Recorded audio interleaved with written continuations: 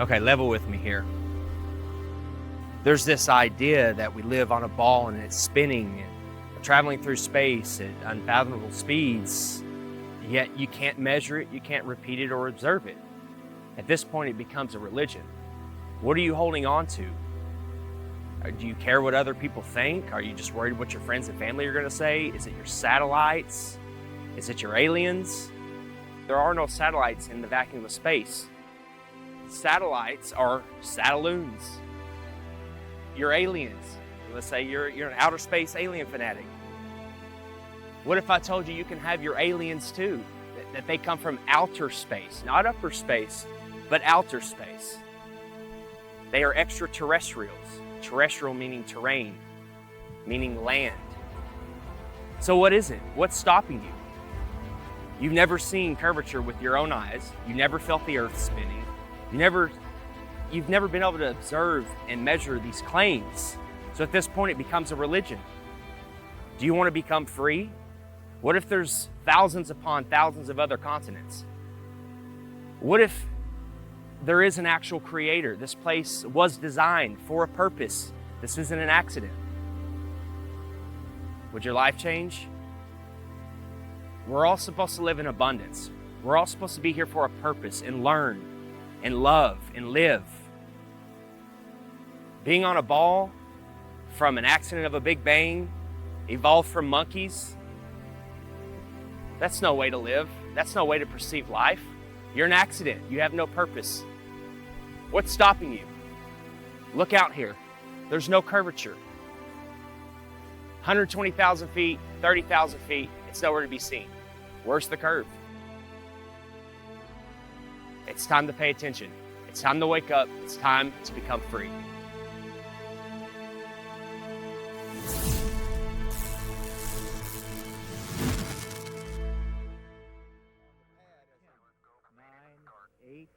Seven, 6. We have main engine start. 4, 3, 2, 1, and liftoff. Liftoff of the 25th Space Shuttle mission, and it has cleared the tower. On January 28, 1986, CNN watched the Challenger launch live on the air with its viewers.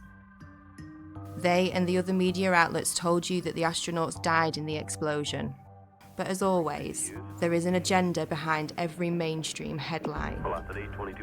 This morning, it looked as though they were not going to be able to get off. 1 minute, 15 seconds. Velocity 2,900 feet per second. Altitude 9 nautical miles. Downrange distance 7 nautical miles. Looks like a couple of the solid rocket boosters blew away from the side of the shuttle in an explosion. Flight controllers here looking very carefully at the situation. Obviously a major malfunction. We have a report from the flight dynamics officer that the vehicle has exploded. Today is a day for mourning and remembering. Nancy and I are pained to the core by the tragedy of the Shuttle Challenger. We know we share this pain with all of the people of our country. This is truly a national loss. The 7 NASA astronauts supposedly killed in the 1986 Challenger disaster did not die in the explosion and are quietly living out their lives in the US, with many of them hiding in plain sight, using their same names and working at high levels in the same fields they worked in before the disaster, according to explosive evidence uncovered by investigators. We've located 6 out of 7 of them. In the world of deception, it's really easy to say this person is that person, and there's a lot of that going on, muddying the waters. But 6 out of 7 have identical names. They work for universities, most of them. There were no people in the Challenger. That was a hoax. That's been proven conclusively by researchers and reporters, investigators, who have found that those supposed people that were in the Challenger are still alive today. We remember Dick Scobie, the commander who spoke the last words we heard from the Space Shuttle Challenger. We remember Michael Smith. We remember Judith Resnick. We remember Krista McAuliffe. We remember Ellison Onizuka. We remember Ronald McNair. People still think the Challenger exploded with these astronauts. It was a horrible thing. Never happened. Yes, the rocket exploded. There was no one on board. So imagine you're at the launch of the Challenger. This is a historic moment and it blows up in midair. Whether you are personally related to somebody on there or don't know anybody, you're going to be a mess. This is an emotional, incredible scene. And CNN was reporting, and they told the cameraman, let's get a live shot of Krista's parents. And when they zoomed in on them, they were giggling, they were laughing, they were smiling. I don't know how you can put a smile on someone's face, even if you told them the funniest joke in the world at that very moment. Just look at their face. Is that the face of somebody whose daughter just blew up in the most horrific, violent accident ever? Or is that somebody playing a role, not knowing that they're on camera and thinking about the money that they may have gotten? You can hide somebody that's allegedly dead right in plain sight. All you have to do is move them a little farther away, give them a different job, claim that they're somebody else. You don't even need to change their name. So statistically speaking, the odds that almost everyone on the Challenger have exact lookalikes with exact names still existing is kind of laughable, honestly. Exact doppelgangers existing in the world with the same names, and when confronted, they get very nervous and their stories begin to conflict and they have the same mannerisms. You know, it doesn't take a lot to put it together, honestly. Let's start with former NASA astronaut Michael J. Smith, with the same name as this retired professor from the University of Wisconsin-Madison. Are you Michael Smith? Yeah. Professor at university? Retired. Retired? Yeah. Yeah. Yeah, I just stopped by because there's this room. Are you aware of that? There's a rumor on the internet. It's not me. That people are saying. Yeah, it's not me, obviously. I mean, anybody that looks at my background, looks where I was born, it's not me. I mean, it's interesting that the Michael J. Smith that was the astronaut looks something like me when we were younger, but really not if you really look at facial recognition. You never been a pilot, never been in the military? Nothing like that. Huh. No. Okay. Yeah. That's all. And I don't respond to the emails I get. I get probably an email, maybe 2 a month. Really? Yeah, and I got one guy that's been really hounding me, and I turned it over to the FBI. Okay. Yeah, you just sure look a lot. It's the same name. I know the facial thing, but that's what we looked like, what, 40 years ago? Mm-hmm. Yeah. Okay. Yeah. Well, thank you. Yeah. Okay. Michael J. Smith, identical looks, dimples the same, teeth the same. There's really no denying it. And before he could finish the question, Michael denied it. Oh, that's not me, you know, and laughed it off. What's he going to say? Oh, you got me?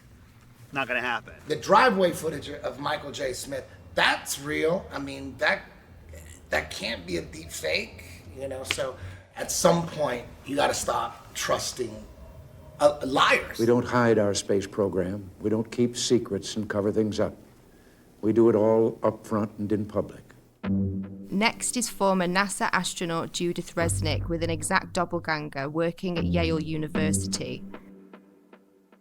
37 years have passed and she hasn't even changed her name. Side by side, there's no denying it. When she's approached, she has a very odd way of not responding. Hey, Judy? Judy. How you doing? I'm from the press. I just had a quick question, if you don't mind. What press? I'm from a radio station in San Bernardino. I know there's a conspiracy about the space shuttle. No, I want to be polite. Friendly, just a question. So there's a lot of rumors about you being on that space shuttle. Obviously, you know, if you want to comment, we would really appreciate it. Kind of odd that Judith is in full panic mode when realizing the press is in her presence. She's no stranger to being in the spotlight. She even made her way into Hollywood for a quick cameo. If the choice is to allow Americans to be taken as hostages or to be executed, I'll bring my own fucking rope. Saddam backed down, and Ambassador Wilson helped thousands get safely home. When he himself came home to the United States, he was warmly greeted by our president, who took him to the Oval Office and introduced him to the War Cabinet as an American hero. Commander Dick Scobie had a company called Cows and Trees, and when you went to his website, there was an animation of a cow taking off like a rocket with a smoke stream coming out of its backside, doing a twisty curl in the air that looked remarkably just like what we saw with the Challenger. And after we started making videos on that and it started going viral, that website disappeared, never to be seen again. And nobody could have predicted back in 1986 that in 30 some odd years from then that there would be something called the internet that would bring all this information to the tip of your fingers, and you'd be able to search through pictures, Facebooks, websites, profiles. Now these people are scared. They're hiding their profiles, they're deleting their websites, they're making their Facebooks private. Onizuka and McNair are always together. They're hanging out at NASA and always talking about themselves. Ellison Onizuka, if you look at clips of him back in 1986 when this happened, he actually spoke like, every other word was, Let me say that it's really a pleasure to be back. If you look at clips of his brother, Claude, now speaking, it's the same exact thing. Every other word is, But Ellison's dream is continued to be carried on. I think we got some... we're very fortunate that I think we're ready to go fly. Thanks for being out here today. His brother just so happens to be the spokesperson for the Challenger tragedy. Why aren't there any pictures of his brother back when this happened? Why didn't his brother speak at the funeral? Use your head. Former Governor Ariyoshi, who has a story about a picture that survived the Challenger disaster. Ellison Onizuka came to see me one day, and he wanted a family photo. And he wanted to take it up on a Challenger, and he's going to bring it back, inscribe it, and autograph it. But that Challenger accident happened, and I felt very sorry to lose Ellison. But I didn't even think about the photo. I thought everything else must have been destroyed completely. About 2 months later, Lorna Onizuka called me and told me that they found in the water, NASA found the personal preference kit of Ellison Onizuka. And she said, there were two things in there. One was a monk's prayer, and the other was his family portrait. So I told her, oh, then it must be in terrible condition because the astronauts, the big bang up and the ocean in the water for 2 months. She told me, no, it's in perfect condition. And she said, I'm going to bring the picture over to you and present it to you.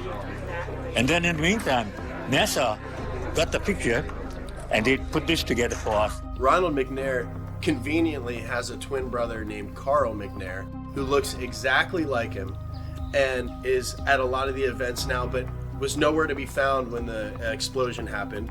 Krista McAuliffe was a fairly new teacher, just 3 years at that school. To get her story planted, all of these people, the parents, the astronauts, everyone involved that you saw, are crisis actors. Essie was at the Cape in the stands to see Tuesday's launch, a sight that she says still haunts her. Why didn't I leave too? But I thought, no, I want to stay and see it. And as she read Mike's invitation for the launch, Miss Hesse said that she doesn't know if she'll be emotionally ready for a service like that in his hometown. Since I won't be able to see you all in person, let me say thanks for coming and have a great time. And I hope you see a good show.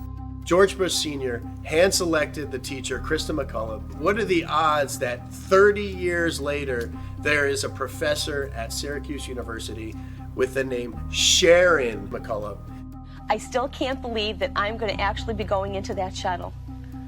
It just really doesn't seem possible. Krista McAuliffe was asked if she had any fears about her space shuttle flight. People really feel that space travel is safe now. It's not that earlier feeling that, oh, it's going to blow up or something's going to happen.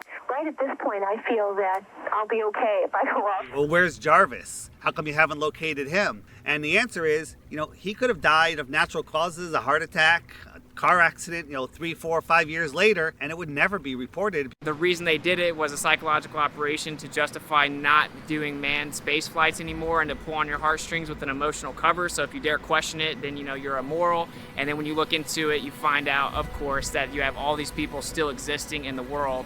So basically a government version of witness protection for NASA. Our nation held a vigil by our television sets. In one cruel moment, our exhilaration turned to horror. We waited and watched. They were waiting and watching. When they saw the explosion, there was confusion. Was something wrong? The principal and teachers weren't certain either. Then it got very quiet as the horror of it began to register. Besides the trauma-based mind control and putting children through that trauma, it reinforces their model. It reinforces their religion. Look, this terrible thing happened. We're trying to go to space. We're trying to explore for science. But look, all those people died. But at 1 o'clock, school was closed. It had to close. I felt as if my whole body blew up inside when I saw that. And I can just never be as shocked as I am now. Seeing it with my own eyes, it really just scared me. Some astronauts blow up in a rocket. What does that do subconsciously to the average person? They don't want to go up into space. They don't want to blow up in a rocket. We'll leave that to the professionals. We'll leave that to NASA or government. Once they had seen the evidence on the visual screen that there would be no survivors, it suddenly became apparent to them that they were dealing with death. The government had incentivized the different public schools to play the Challenger in their classrooms. So they rolled their TV sets out, they had all the children sit down and get ready to watch it, and 20% of the American public watched the Challenger event happen live. And within 1 hour, 80% of Americans had seen the Challenger tragedy happen. So just like with 9/11, they have everyone see this traumatic event, and then we're all in unison that we're traumatized. When it blew up, it was a form of trauma-based mind control that some people will never grow out of, and then the emotions kick in and you're unable to think logically about what's going on. Of course this was planned. They made every school show this event live. They wanted these kids to grow up defending this tragedy. Think about how many field trips come here, unfortunately. And they go in and watch that Heroes and Legends thing, and they come out thinking that this is the greatest possible hero that they could ever be. And that's just, they're actors. And we're building them up higher than your father, police, military, all these people that are actual heroes. These are actors working for a government agency. So. Next. Hello. Hi. I'm going to get one of these signed if that's all right. My name is Justin. Justin? Yes. IN? Yes, with an IN. Where are you from, Justin? Orlando. Oh, so you're not far from home. Not too far. No, I'm okay on a picture, but thank you. I do have a question though. Sure. Sometimes when we're watching the ISS footage, you'll see the astronauts sometimes connected to like wires and harnesses. Is that to keep them like in the frame during the broadcast, or what's the reason for that? No, I haven't actually. You mean while they're inside the shuttle? Yeah, like when they're inside the ISS, sometimes during the feeds, the broadcast, you'll see kind of yes, pulling on their belts or something like that. I bet that is. I have not personally seen that. Oh, really? But I know that they try to be still when they're doing talking to someone, and then they usually try to release and do like a flip at the end or something like because that. I've seen the flip before, and it almost looked like a foot was caught like inside something, but there was nothing really there. It was really strange. I didn't know if there was something to kind of like hold them in place or something. We never had anything like Oh, that, okay. but they may have learned over time that it was hard to stay still, and they may have come up with something. Did you ever think the public would find out that all the spacewalks were filmed underwater? Thanks, Did you have any comment on that? Well, we train underwater. Oh, okay, but only training? Only training. Okay. Most of the public have no idea that the ISS is located in an underwater neutral buoyancy lab in Houston, Texas. The space station footage that they trick us with is not travelling at 17,500 miles per hour above your head. It's all being filmed here on Earth. An exact ISS replica underwater. Coincidence? It's a pretty simple process. Film your footage underwater, remove the water layer, add in your CGI Earth layer, and cast your spell.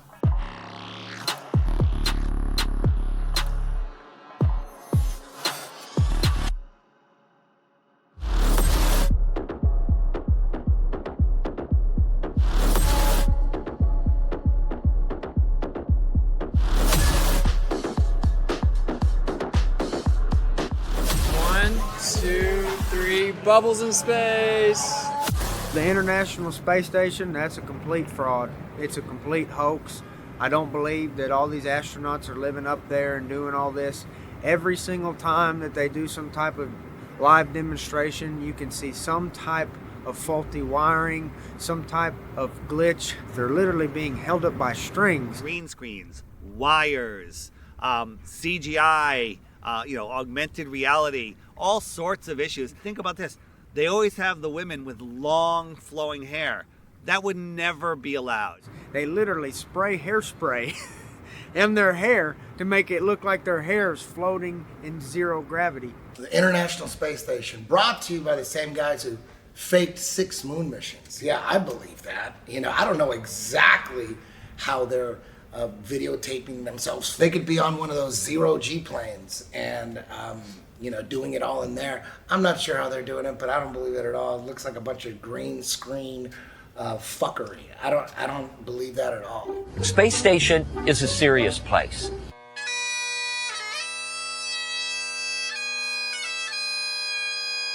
We're doing serious research, scientific research, and engineering research. On solid fuel wires, turn the key and light the fire. Running around in gorilla suits, going 17,500 miles an hour.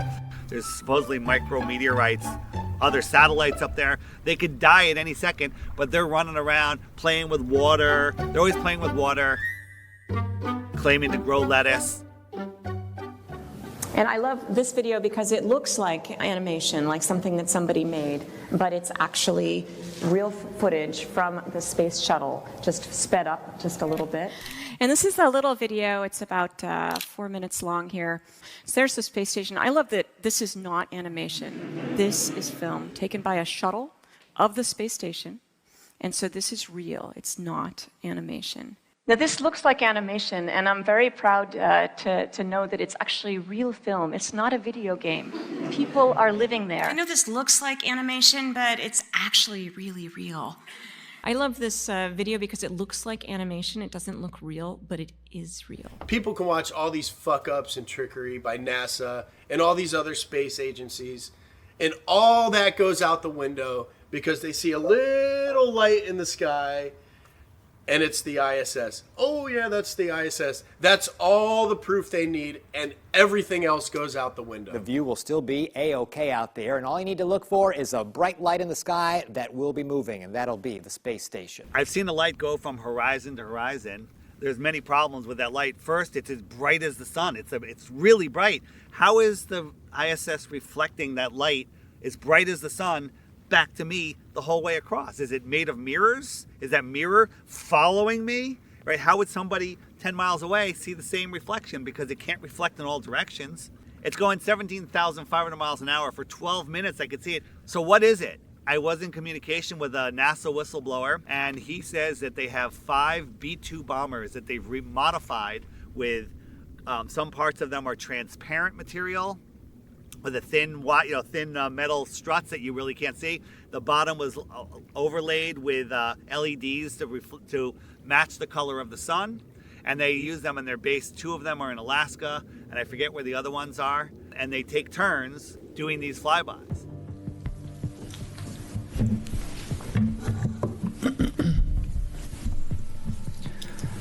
Good afternoon, Commissioners. Today I'd like to bring to your attention a potential fraud on an enormous scale happening in York County. There's now clear evidence of NASA using numerous methods to grossly mislead the public about astronauts being on the International Space Station. During interior ISS scenes from NASA's own live feed, the use of wires, harnesses, green screens, and virtual reality have been detected to achieve the appearance of a weightless environment. This begs the obvious question. If they're really up there, why are they using Hollywood techniques to fake the footage? Are they in space or are they underwater? Now, what's really interesting is that they train for spacewalks in an underwater pool with a complete ISS replica. Now, surely they aren't filming these spacewalks in an underwater pool and then editing them to appear if they're in space, because that sure would be something, wouldn't it? I'm calling on the Brevard County Commissioners to open a full investigation into NASA's fraudulent practices and use of taxpayer dollars. It costs NASA $3 billion per year to operate the ISS, and if they don't have a darn good explanation as to why they're faking these videos, I and the public would like a darn good explanation as to where our tax money is going. It is our duty to expose and eliminate this fraudulent and astronomically wasteful ISS program. And look, I know what you're all thinking. NASA is part of the federal government, and you're just county commissioners. Even if what I'm saying is true, what can you do? But let me remind you, not only is this happening in your county, as public officials, you have the platform and the ability to make a statement or hold a press conference, alerting the public, state, and federal authorities to investigate further. You have the power to start the conversation. I look forward to the day that $3 billion annual budget is put towards our veterans, our homeless, maybe some of that mental health stuff the young lady just spoke about, and the revitalization of Brevard County. Flat Earthers pay attention. We're paying attention to NASA. We're paying attention to SpaceX. Most people aren't, but yet they'll defend it. They'll defend it. They have no idea the Earth's supposed radius. They have no idea how far the sun is supposed to be according to NASA, 93 million. They don't know. Like, how far is the sun? Like, I don't know, a couple million miles, I don't know. They have no idea, but they're defending it to the death. You know, once you start paying attention and have an open mind, pay attention.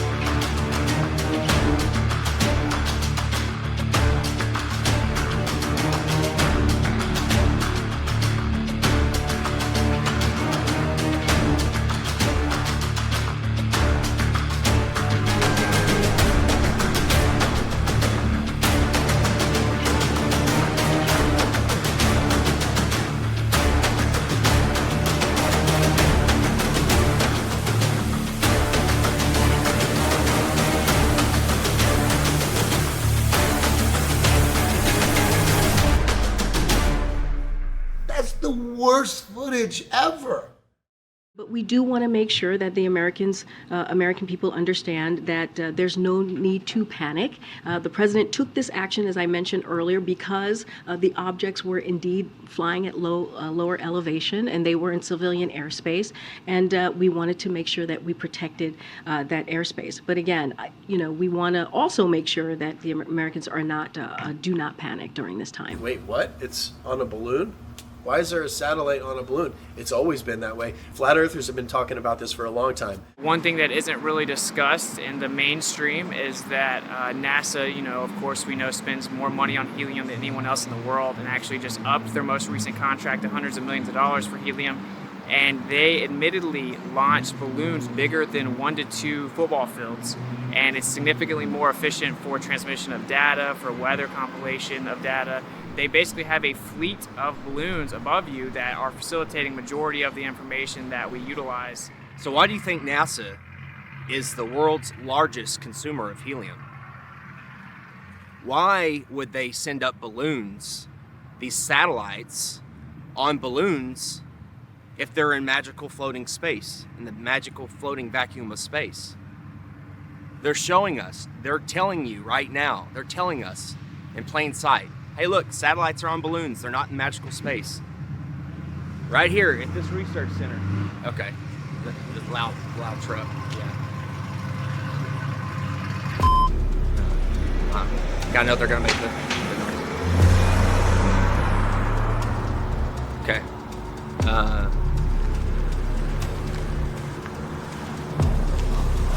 Howdy. I was just doing some filming. What? Oh, just anything we can see. We're just doing a documentary on the balloon launches and all the cool stuff. Yeah, we're independent journalists.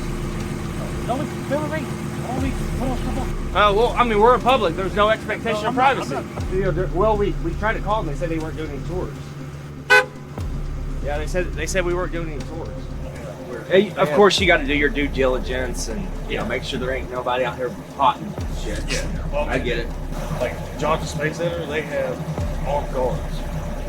Yeah, they will shoot you.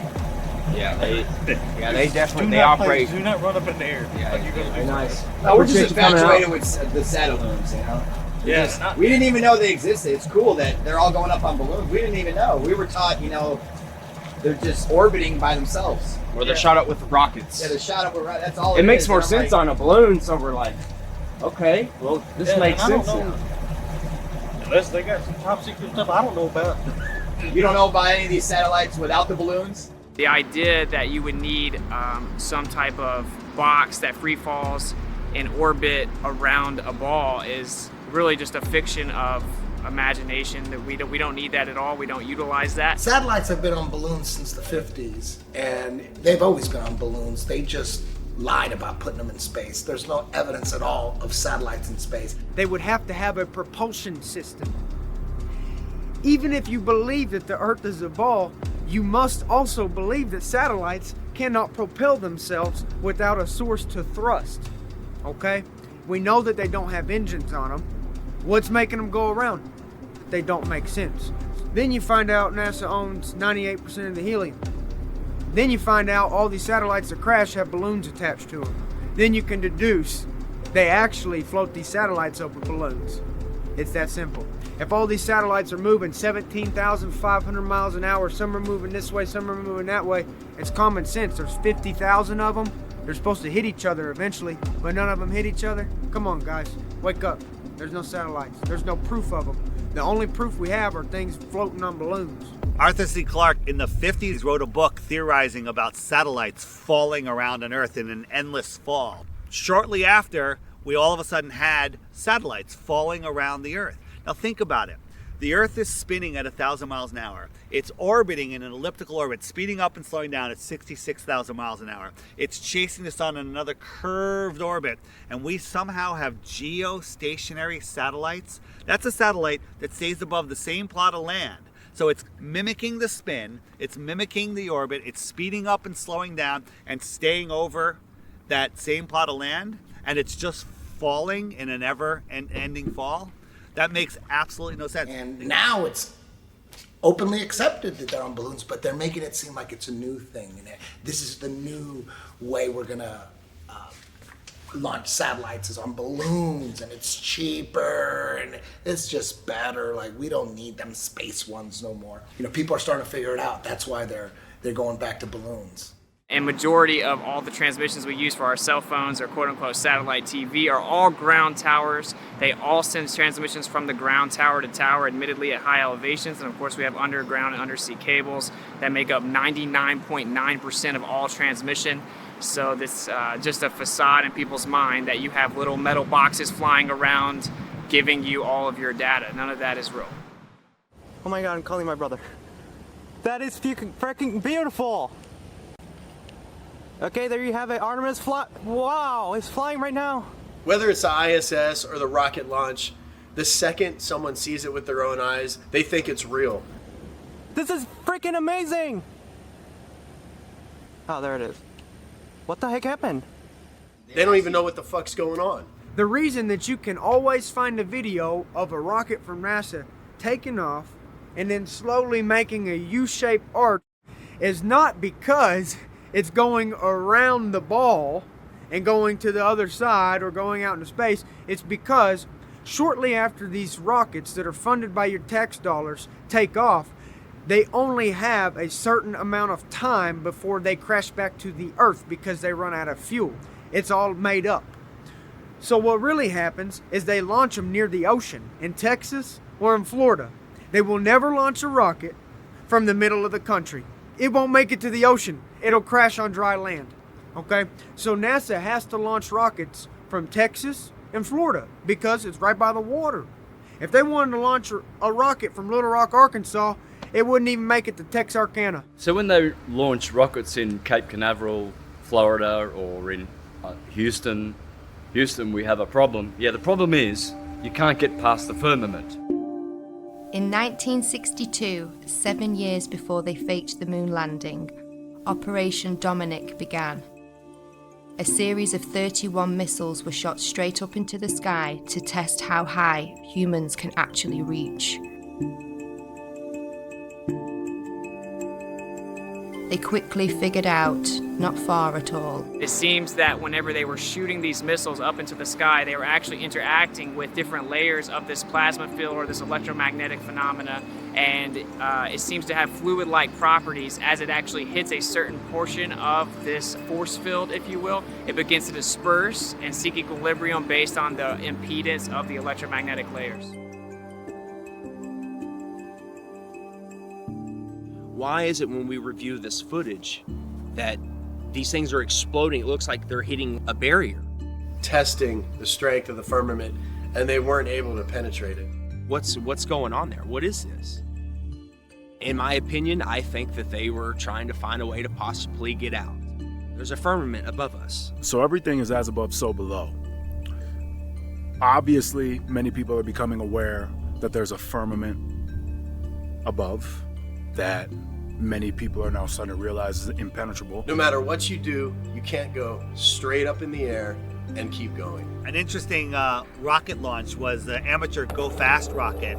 They gave us something that NASA and SpaceX never gives us, an uninterrupted feed from their camera. If you watch a NASA launch or a SpaceX launch, there's 4, 5, 6 cuts before it even clears the launch pad. Gave us an uninterrupted 72 miles, I think. Went up, and all of a sudden it went kerplunk, it hit something. It went up, and it appears to have hit the firmament. One thing I really want your generation to embrace is that the Earth is a closed system. We cannot leave the Earth. There's no place to go. There is water surrounding us in all directions, including directly above us. We now know that there's something called superfluid that exists. You could have helium-3, and it could actually offer full electromagnetic propagation perpetually without any impedance. Based on the things that I see, such as Crow 777's lunar wave observations, I think that there is clearly a fluid-like medium above us. The waters above in ancient astronomy, which was the same science as astrology, except one was more theological and one was more secular, they taught that this was called the crystalline sea. And in the book of Revelation, it speaks about the crystalline sea. It's the 9th heaven. The waters above, it's firm. I think the evidence is pretty overwhelming that there is a fluid-like medium above us.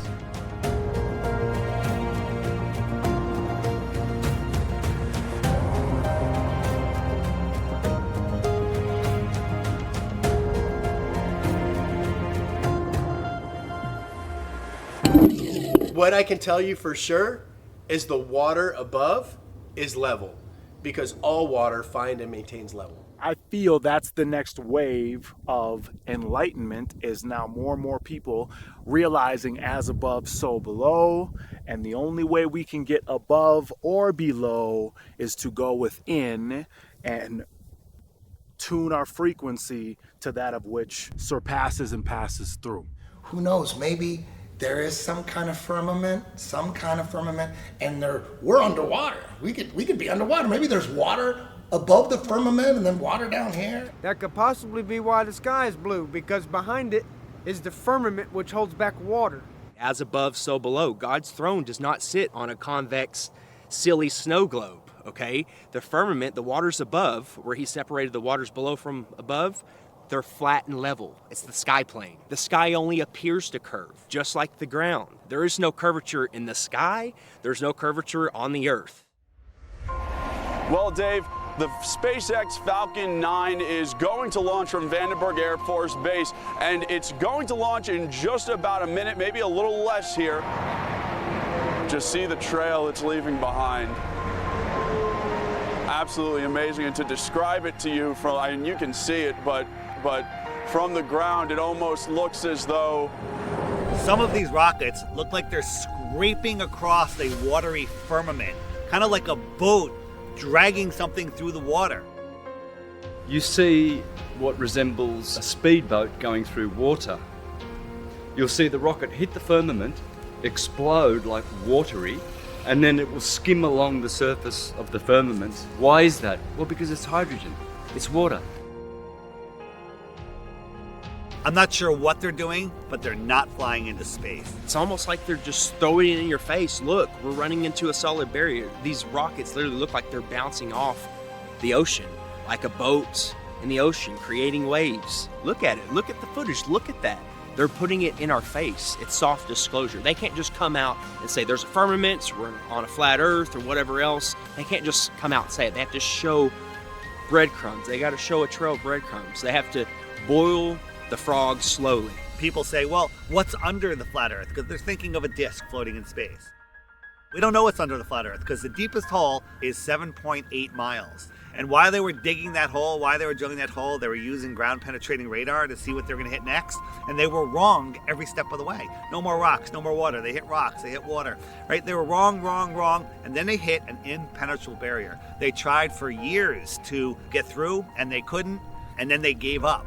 But then somehow we have a meme that shows us a cross-section of the Earth, the next 4,000 miles. They know exactly what's there. They couldn't get the first 7.8 miles right, but they know the next 4,000. And everyone's seen the meme of the Earth with the molten magnetic core. Another thing that they're laughing at us, because you can't have a molten magnet. Any magnet of any type, you heat it up, and before it melts, it hits the Curie point, and it loses all its magnetism. Have y'all heard about the recent claim from the heliocentric priests? They're saying that the core has stopped spinning and it's now spinning the opposite direction, which is going to cause all this chaos. Well, this morning we are learning about a shift in the Earth's inner core that sounds like the plot of a Hollywood blockbuster. Scientists say our planet's solid core, which is actually disconnected from the rest of the Earth's layers, may actually have stopped rotating and could even reverse course. What does this mean? Well, at first it sounds like something from a Hollywood movie. Right. The script says, oh my God, the core of the Earth is spinning backwards. How do they know this? I just want to know, how do they know what the core is doing if they've only been down 8 miles? How is that possible? We've only, as humans, dug down a maximum depth of 8 miles. How do they know what's 3,000 miles down? Makes no sense. So if you look at a magnetic field on our ferrocell, you have something called the inertial plane or the block domain wall. That would be where we reside. We live within a magnetic field. And you can only go so far down before you're actually going to have the reciprocation of that energy or that magnetic field. We know the deepest hole ever dug is around 7.8 miles, which seemingly correlates to the deepest area in the ocean, of course, the Mariana Trench. So the way that I see it is you're actually living on the inertial plane within the magnetic field, which actually then begins to make all celestial phenomena fit perfect within the toroid. And of course, this entire idea that there's this magic magma core made of nickel and iron that's spinning at a different speed than the Earth spins is a complete fiction made up of seismic activity and speculation. And actually, when you look further into that, they say that that causes the magnetic field with something called convection currents. You have the geomagnetic field from the geodynamo model, and actually you would have a symmetrical magnetic field coming from the core. As it is a sphere, you would have the same magnetic field in the north and the south. But what the evidence actually shows is that it is not symmetrical at all, and in the south the magnetic field gets up to 30% weaker. There's something called the South Atlantic anomaly, which shows that it 100% is not some symmetrical dynamo effect causing the magnetic field. If you actually look further into the dynamo model, there's about 50 questions that have gone unanswered. They can't even get the math to work with supercomputers. It's pure speculation that they can't get to work, and it seems that actually we are just prohibited from going too far down based on pressure mediation within a magnetic field. There was a famous scientist that sent a submarine down and hit the bottom of the ocean and wasn't able to penetrate the bottom of the ocean, as if there was some type of water barrier firmament.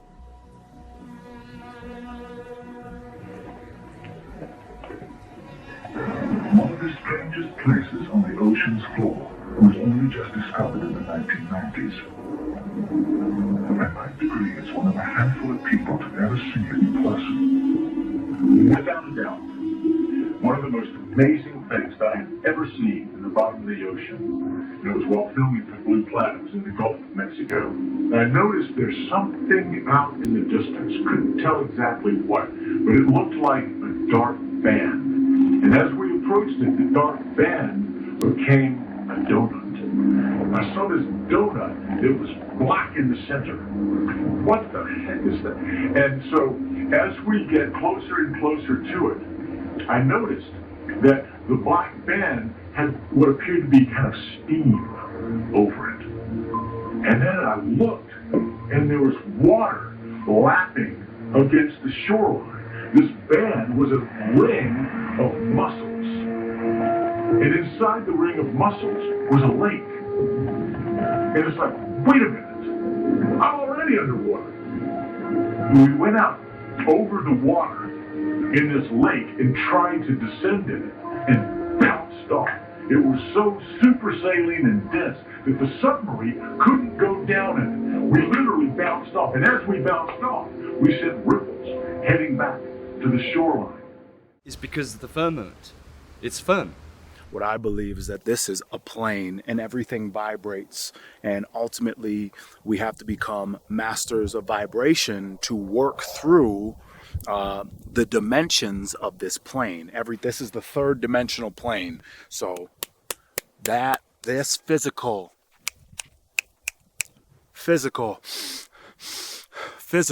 this is the physical plane. Now, if we close our eyes and we envision something, our brain doesn't know the difference between a thought and actual reality. So they teach us about gravity when we're young kids, because when you're a young kid, you kind of believe everything that you hear. They tell us that gravity was discovered by a guy named Isaac Newton. And by the time he was 23, he had discovered gravity, invented calculus, and trigonometry. Well, I'm telling you right now, none of that happened. Gravity's just a theory and an excuse, really. It's real simple. If there's a force strong enough to hold oceans to the planet, there's a force. We should all be stuck to the ground. You know, the force can hold buildings, skyscrapers, tanks, ships to it, but it can't hold a helium balloon. Helium balloon just flies away. Smoke just flies. Everything should be stuck to the ground like a magnet. If there's a force holding oceans to it, it doesn't make any sense. Once you look at gravity and you try to prove that it's real, you'll discover there's no proof of it, and that there is only proof of density, buoyancy, and electrostatics. Electrostatics is a proven thing. We all know that a positive and a negative will attract towards each other. So the Earth has a neutral or negative charge. Everything above it has a positive charge, and it is attracted to it. Everything that exists is electric. There's not one thing that exists in the entire world that is not electric. It's actually the unifying force that keeps everything here, holds everything together, and everything seeks equilibrium based on that. So everything's trying to find a state of rest based on its electric phenomena or its electric nature within the environment that we exist within. And then when you start to look further into it, you find out that on the smallest scale, electrostatics is significantly stronger than gravity is even claimed to be. Magnitudes greater, 10 to the 36 power to be specific. So everything, simply put, everything that exists is electric. Everything that is falling to the ground or not falling to the ground is seeking equilibrium based on electrostatics. We can actually test this. We can use something called a corona motor, and whenever we manipulate electrostatics, we can make things levitate. We can make things go up or down, and we can actually change how fast they go down. We can also manipulate the weight of an object simply by manipulating electrostatics. And of course, that's how science actually works, is you do an experiment that shows you what the cause of the effect is, and you can manipulate electrostatics and cause the effect of downward acceleration, commonly referred to as gravity. Of course, I've never seen a test that manipulates space-time, and you will never see that. It doesn't exist. Everyone thinks that the reason things fall is because of gravity, but actually everything that exists is electrostatic. So whenever things go to the ground, they're seeking equilibrium, so they go find their balance on the ground where their charge disperses or spreads out in through the ground. So we have positive charge in the air, We have negative charge on the surface of the Earth or on the ground, which is why it's called grounding. And then we introduced positive charge, and then it went back down to the ground to seek equilibrium. This shows that that's actually what objects do when they fall to the ground. They go to the ground because of the electric forces, and they seek equilibrium on the Earth. We knew about it as in the 1950s, even earlier, and it's all been hidden because if humans were allowed free energy, free movement, and able to explore, we would find out what this place is. We'd find out our position in this world. And that's the number one thing. Why are they hiding flat Earth? Why? What's the motive? And the motive is to keep us dumbed down, not knowing who we are, not knowing where we are, not knowing the true power that we have, and not having true freedom. So ultimately, the master plan in all of this is to fake an alien invasion. I think one of the biggest upsets with globe believers when they hear flat Earth is we're taking away their Star Wars. We're taking away their aliens. We know aliens, extraterrestrials, have been documented since all recorded history. I've actually personally seen UFOs multiple times from like the age 18 up, probably 7 different times I've seen UFOs. I know it's a very real phenomenon. What about the secret space program? I call it the secret propulsion program. They're using electrostatics and other technology to maneuver around. Maybe they're even just pulling energy out of the air.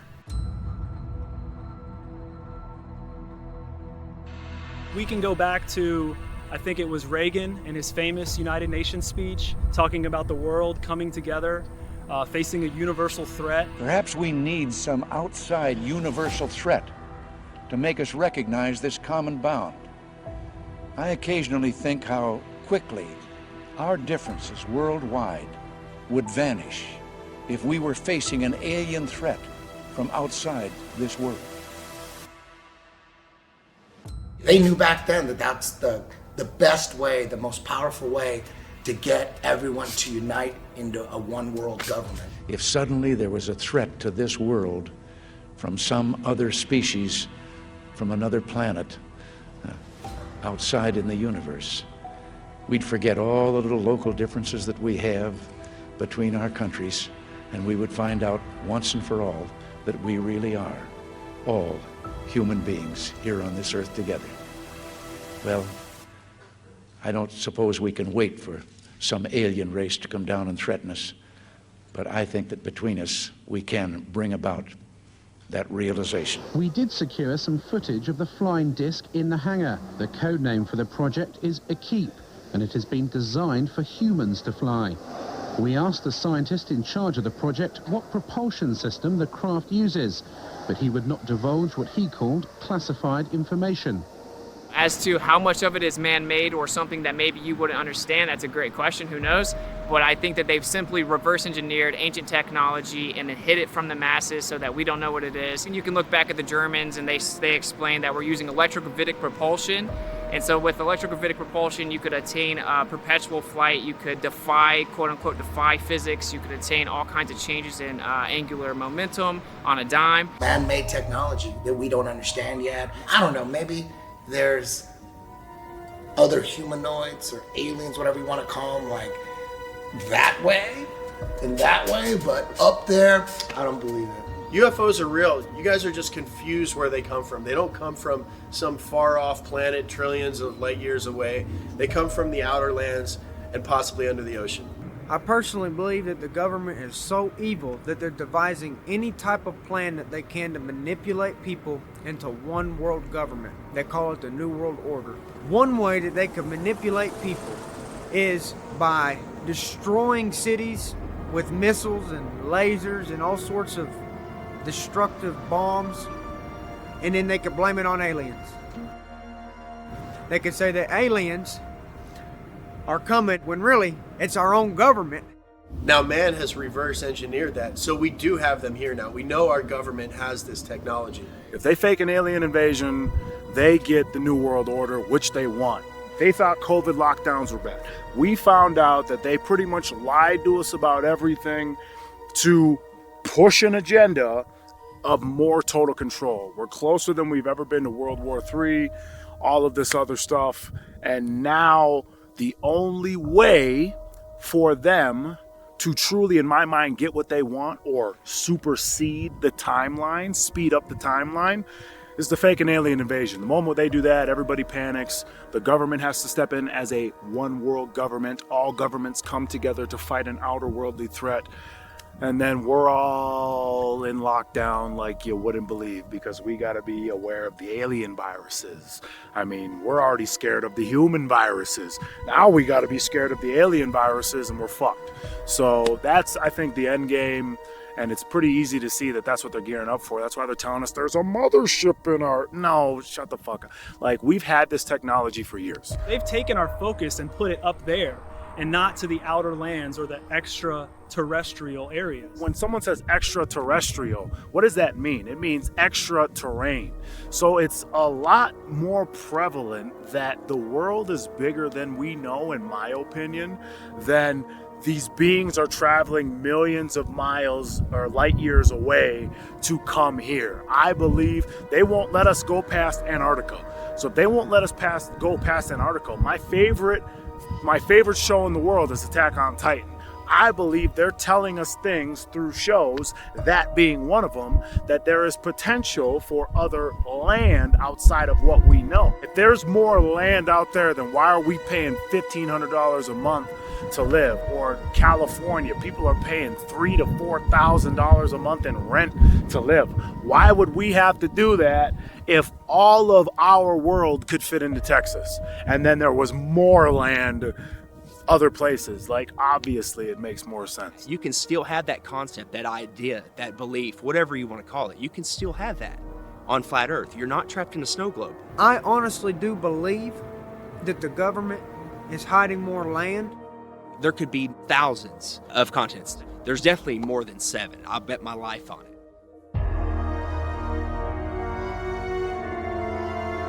Relax.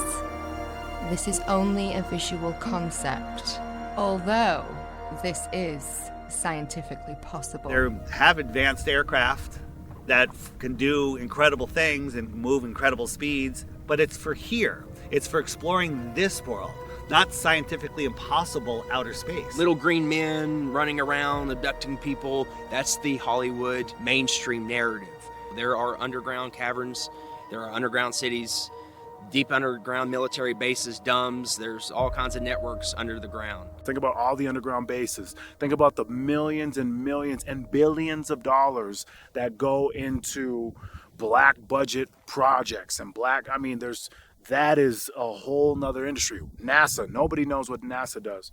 Regardless if it's a government hoax to instill fear and control and take away our rights, if it's Project Bluebeam, just know that these crafts are not coming from outer space in the magical vacuum of floating balls. They're coming from outer space, not upper space. They're coming from outer space. The extraterrestrials are coming from outer space. So just know they're not coming from up there. There's a firmament. They're showing you on the daily, rockets bouncing off of it like water. They're showing you on the daily. They're not coming from up there.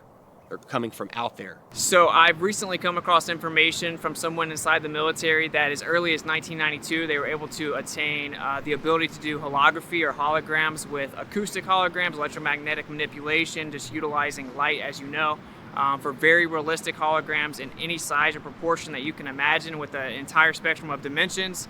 So I would just encourage anyone that does begin to see this activity in the sky to always keep in mind that it could be simple hologram technology used to manipulate you emotionally to get you to be in a state of fear. Of course, we've been warning people about that for over 7-8 years, that Blue Beam was given to us as a warning via the Secretary of Von Braun, that will be their last card. He would repeat to me over and over, and the last card, the last card, the last card would be the extraterrestrial threat.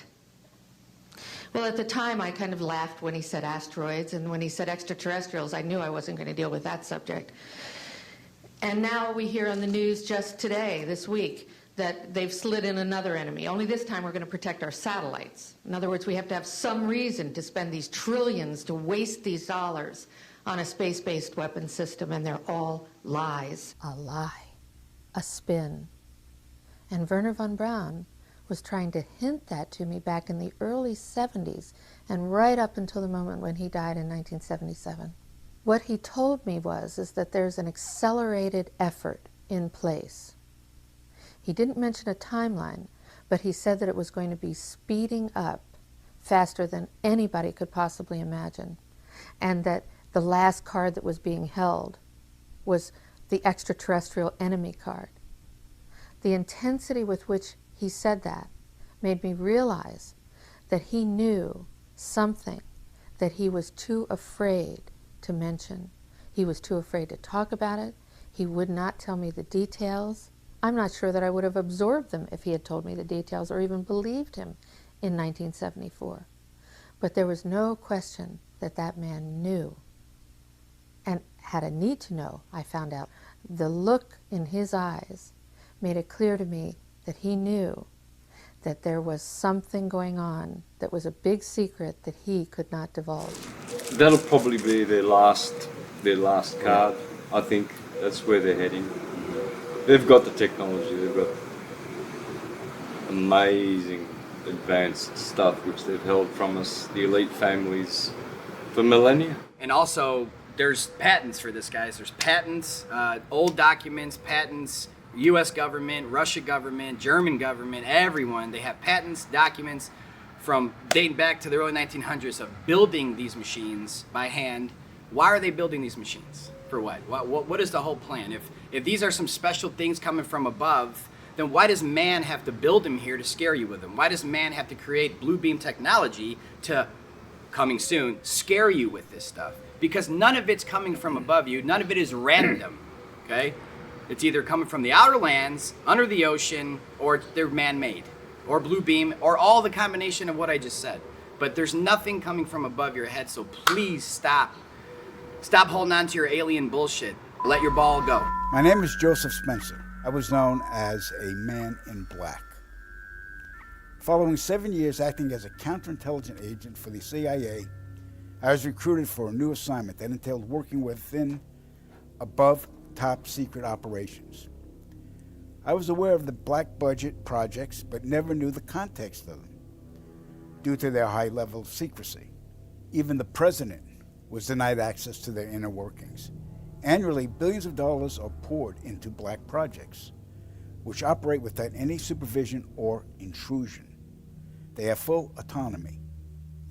The operations deal primarily with advancing military technologies, most of which have been reverse engineered from recovered alien spacecrafts that had either crashed or were shot down by our military.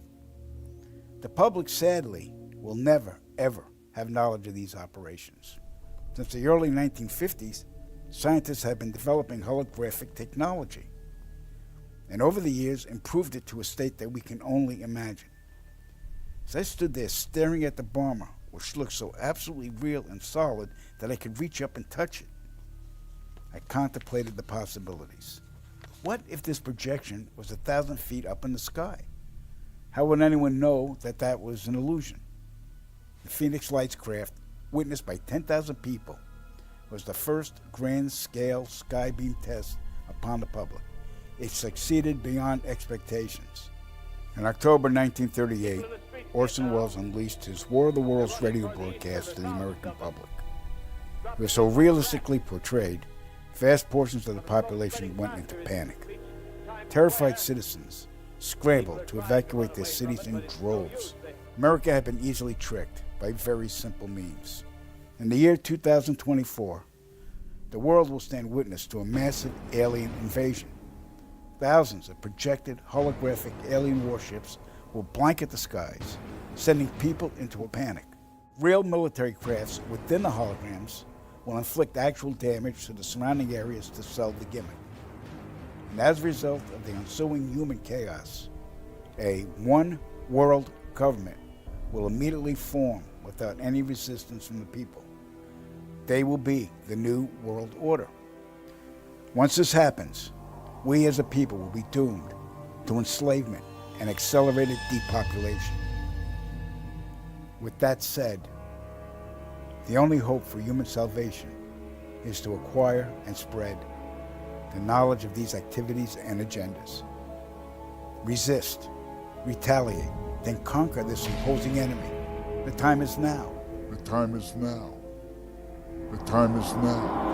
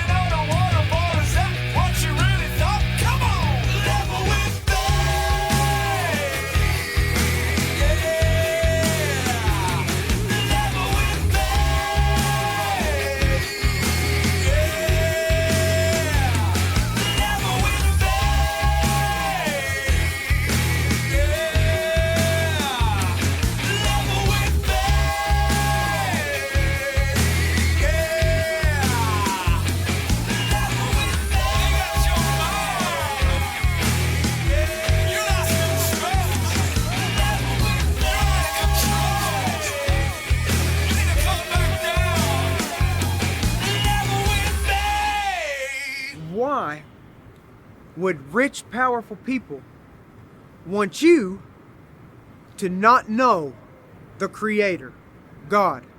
Because a man of God cannot be controlled.